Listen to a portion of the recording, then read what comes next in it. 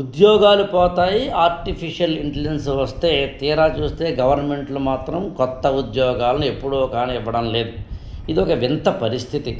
ఇవాళ మీరు news paper చదివితే టాటా కన్సల్టెన్సీ సర్వీస్ లాంటి అతిపెద్ద భారతదేశంలోనే కాదు ప్రపంచంలోనే ఐటీ సెక్టార్లో, ఐటీ సర్వీసెస్లో, సాఫ్ట్వేర్ సర్వీసెస్లో the most excellent and reliable value based ethics based ఆర్గనైజేషన్లో రాబోయే 1 ఇయర్లో 12,200 మందిని తీసేయబోతున్నాము అని ఆల్రెడీ నోటీస్ ఇచ్చేసింది. అంటే అనౌన్స్మెంట్ చేసేసిందని అర్థం.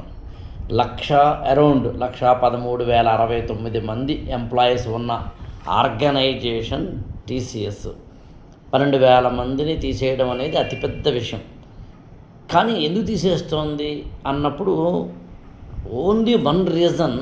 పైగా కంపెనీ అనౌన్స్మెంట్స్లో ప్రధానంగా చెప్పింది ఆర్టిఫిషియల్ ఇంటెలిజెన్స్కి అనుగుణంగా మారుతున్న కాలంతో పాటు టెక్నాలజీ కానీ సాఫ్ట్వేర్ కానీ ఇవన్నీ మారుతున్నప్పుడు మేము కొత్తగా వెళుతున్నాము అని.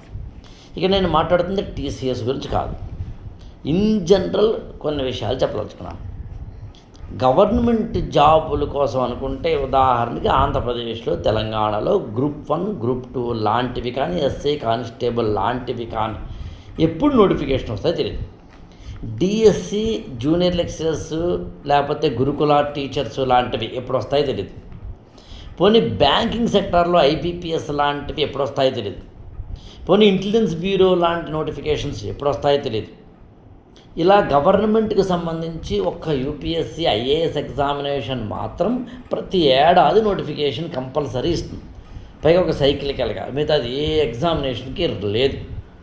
ఐఏఎస్కి మాత్రమే నోటిఫికేషన్ ఖచ్చితంగా ఇదిగో పలానా సంవత్సరం పలానా రోజున పలానా నెలలో ఎగ్జామ్ అని.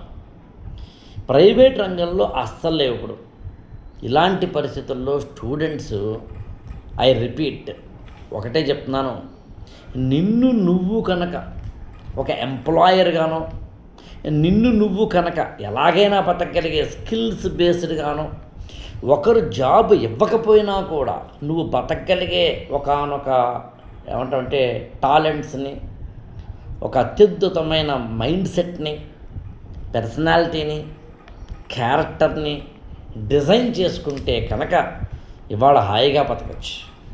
వాళ్ళెవరో జాబ్ ఇవ్వట్లేదని, ఇచ్చినా తీసేశారని కంప్లైంట్ బాక్స్గా మారకుండా మనల్ని మనము ఒక కాంప్లిమెంటరీగా కాంపిటెంట్ పర్సనాలిటీగా తయారు చేసుకోవడమే ఇవాల్టి పరిస్థితిలో ప్రధానమైనది.